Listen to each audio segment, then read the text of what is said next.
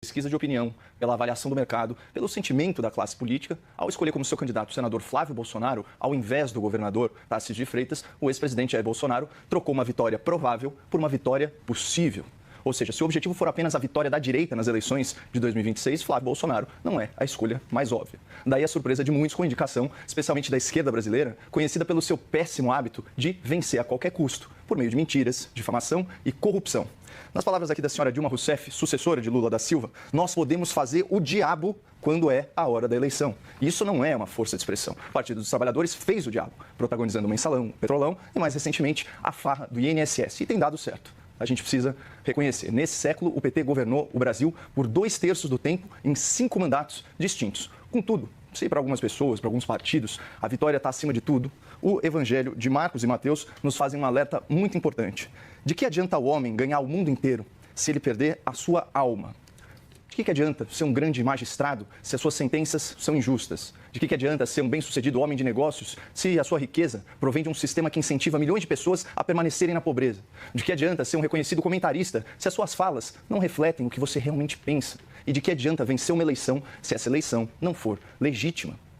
Existe aqui um problema na nossa democracia anterior à disputa eleitoral. Um problema que o sistema prefere varrer para debaixo do tapete. O fato de que, no Brasil, o poder não emana mais do povo, como estabelece a Constituição, mas sim dos altos tribunais. Os principais órgãos de imprensa vêm denunciando que a justiça brasileira promove censura opositores políticos, aplica penas desproporcionais aos seus críticos, viola o devido processo legal, blinda autoridades judiciais contra o impeachment e decreta o sigilo de processo de interesse público. Tudo isso enquanto juízes, seus familiares, seus associados enriquecem exponencialmente. E toda essa iniquidade, de certa forma patrocinada pelo Estado brasileiro, sob beneplácito das nossas elites, encontra aí o seu ápice nas absurdas condenações ao ex-presidente Jair Bolsonaro. Um homem que foi sentenciado por juízes suspeitos em um tribunal incompetente por condutas que ele não praticou. O remédio constitucional para toda essa injustiça é uma anistia ampla, geral e restrita aos perseguidos do 8 de janeiro, mas certos caciques do Centrão no Congresso Nacional, reféns dos seus próprios crimes e temendo represálias da justiça, não pautam essa votação que pacificaria o país. Ou seja, o que o Bolsonaro exige com razão é que aqueles que desejam o seu apoio em questões eleitorais antes demonstrem seu apoio em questões morais, que são muito mais importantes. Como disse o senador Flávio Bolsonaro, agora pré-candidato à presidência da República, o preço para que ele desista de concorrer é que a justiça e a verdade sejam restabelecidas democraticamente, não por sentenças enviesadas de juízes não eleitos, mas pela vontade expressa da maioria eleita do parlamento. E vejam só que reviravolta do destino. Jair Bolsonaro, esse homem que foi derrotado pelo mundo, agora está encarcerado, enfermo, censurado, ainda tem a alma mais forte que qualquer um dos vitoriosos que o perseguiram. E por isso, mesmo preso, doente e em silêncio, Bolsonaro é a voz mais influente do país. E essa voz, Débora, decidiu que a virtude é mais importante que a vitória e que a luta por justiça é mais importante que a corrida pela eleição. A meu ver, é uma decisão acertada do ponto de vista moral e talvez por isso tenha causado tanta consternação na classe política. Obrigada, Caio Coppola. Agora, José Eduardo Cardoso. Flávio, candidato, é acerto ou erro de Bolsonaro? Olá, Débora. Olá, Caio. Bom, primeiro nós temos que entender exatamente essa candidatura, o contexto que a explica. E, para isso, uma coisa nós temos que observar. Honra seja feita a Bolsonaro e seu clã. Eles são transparentes. Bolsonaro, como deputado, dizia que bastava ele assumir a presidência para que ele tentaria um golpe. E fez, ele anunciou, e depois deixou tudo documentado. Um golpe documentado, com bilhetes, tudo escrito, até plano de assassinato estava escrito. Ou seja, ele é transparente. E agora temos mais uma exibição de transparência, seguida da transparência da tentativa de fuga, quando ele botou a solda para tirar a tornozeleira e disse que aquilo era um delírio, antes não era um delírio, antes era uma curiosidade, antes era... Bom, em síntese. A grande verdade é que a candidatura lançada de Flávio Bolsonaro, ela foi feita com o objetivo, como declarou o líder do PL, o Sóstenes, para evitar a debandada que se tinha em torno de Bolsonaro. Pura e simplesmente, todos da extrema-direita simplesmente já estavam disputando o seu espólio, dando como favas contadas o seu desaparecimento da política. E aí então tiveram uma ideia, não, vamos lançar o Flávio Bolsonaro para negociar, vamos fazer a negociação, vamos colocar o bode na sala. Isso até é inteligente, mas não dizendo que vai fazer isso. O Bolsonaro disse, olha, estou aqui fazendo uma candidatura, mas posso negociar. Alguém já viu isso? Ou o sócio vem e fala, isto é porque todos estavam se distanciando dele. Ele fala.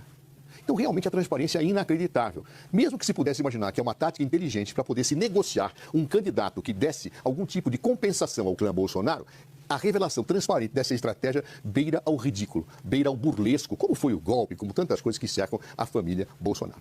Ou seja, Flávio não é um candidato para valer, ele não tem condições de vencer essa eleição. É natural que vão ter que tentar se compor com ele de alguma forma. E ele declara isso já na largada. Isso é fascinante. A política do Brasil tem aspectos que realmente, que não fossem trágicos, seriam cômicos. E aqui nós estamos diante de uma situação até bastante anedótica, né? Alguém que fala, estou lançando minha candidatura, não é porque eu sou o melhor candidato, não é porque eu vou vencer, é porque eu posso negociar. É fantástico isso. E o líder do PL confirma isso, que ele estava sendo abandonado pelas pessoas da direita. Ele fala isso textualmente. Então, portanto, essa candidatura não é para valer, mas vai criar confusão. É evidente que vai criar confusão. Nós temos vários candidatos potenciais no campo da extrema-direita que vão se degladiar. E a possibilidade disso ser também um outro tiro pela culatra é imensa. Ou seja, a extrema-direita tende a chegar dividida no processo eleitoral. Eu não cravo isso porque não tenho bola de cristal. Pode ser que exista uma união, uma unidade depois, mas a tendência da análise de hoje é que essa extrema-direita seja absolutamente estilhaçada em diversas situações, em diversos momentos do processo político eleitoral. Mas, no mais, eu acho interessante porque, vejam, vamos falar da história. O Partido dos Trabalhadores ganhou vários mandatos em seguida. E ele tem uma extrema-direita ganhando um, que não conseguiu se reeleger. E aí, a justificativa que se dá a isto me lembra dos antigos gregos, que dizem: democracia, ora, o povo é manipulado, o povo não sabe votar, o povo é simplesmente conduzido por aqueles que... Será que o povo brasileiro é tão ignorante que não percebe que tem um presidente, o reelege, elege sua sucessora, o reelege, há um impeachment que não tinha causa, aí dá essa vitória a uma pessoa da extrema-direita que não se reelegeu, para depois eleger novamente aquele primeiro. 5 mandatos. O povo que gosta de ser enganado. Será isso? Ou será que é um elitismo? Uma concepção como o povo não sabe votar e é manipulado sempre. Democracia não serve, joguemos ela para fora, porque vamos ter aqueles que eu entendo como puros governando, mesmo que o povo não entenda, mesmo que o povo não queira. Esta visão elitista, a meu ver, é absolutamente antidemocrática. Quando Jair Bolsonaro ganhou a eleição, ganhou com justiça. Quando o PT ganhou 5 mandatos, ganhou com justiça. E a justiça maior se prova na reeleição. Lula foi reeleito, Dilma foi reeleito e Lula hoje está em primeiro lugar nas pesquisas para ser reeleito. Obrigada, José Eduardo Cardoso. Agora, Coppola, novamente. O que a candidatura de Flávio Bolsonaro à presidência representa para a esquerda na sua avaliação?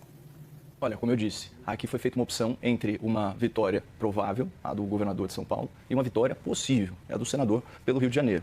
Agora, eu só queria, para deixar bem escancarada aqui a inversão de valores, que eu saiba, doutor Zé Eduardo, transparência é um valor necessariamente positivo, é uma virtude a transparência. Quem não teve transparência, justamente, foi a classe política, o Centrão, quando negociava os votos para a mesa diretora de ambas as casas, que prometeu pautar a anistia.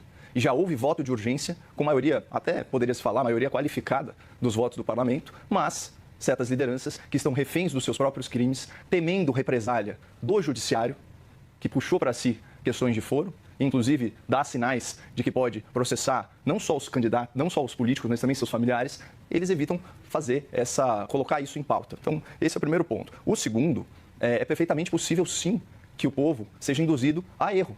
Essa era a essência do Petrolão. Era o superfaturamento de contratos públicos, que, obviamente, locupletava aí as figuras tenebrosas envolvidas nesse escândalo de corrupção, mas também, por meio de Caixa 2 e por meio de lavagem de dinheiro com doações à época legítimas, elas, por abuso de poder econômico, enviesavam a percepção das pessoas por propaganda. A propaganda é a alma do negócio, Zé. Não fosse assim, o governo do PT não se caracterizaria pelo aumento substancial das verbas de publicidade. E não só isso, essa visão elitista de que o assistencialismo acaba condicionando o voto das pessoas, ela foi reproduzida durante muitos anos pelo próprio senhor Lula da Silva. E vamos lembrar que a análise recente dele sobre o cenário eleitoral, flagrada em vídeo, é a seguinte: quem ganha acima de 2 salários mínimos tem dificuldade de votar na gente. Quem ganha acima de 5 salários mínimos já não vota no PT. Aquele que cresce 1 milímetro da sua capacidade intelectual e financeira já se afasta do Partido dos Trabalhadores. Então nós temos objetivamente, nas palavras do próprio Lula, que a pobreza trabalha a favor do governo petista do ponto de vista eleitoral. É só questão da gente saber se o governo petista tem incentivos suficientes para que estimule as pessoas a superarem a pobreza e não apenas incentivarem a pobreza. Hoje o que nós temos aqui no Brasil, Zé, são 177 milhões de pessoas aptas a trabalhar e só 111 milhões de pessoas na força de trabalho.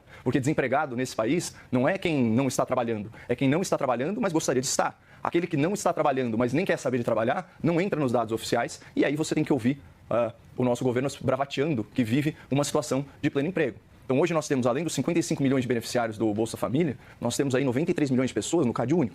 Metade do país está numa situação de dependência da assistência social.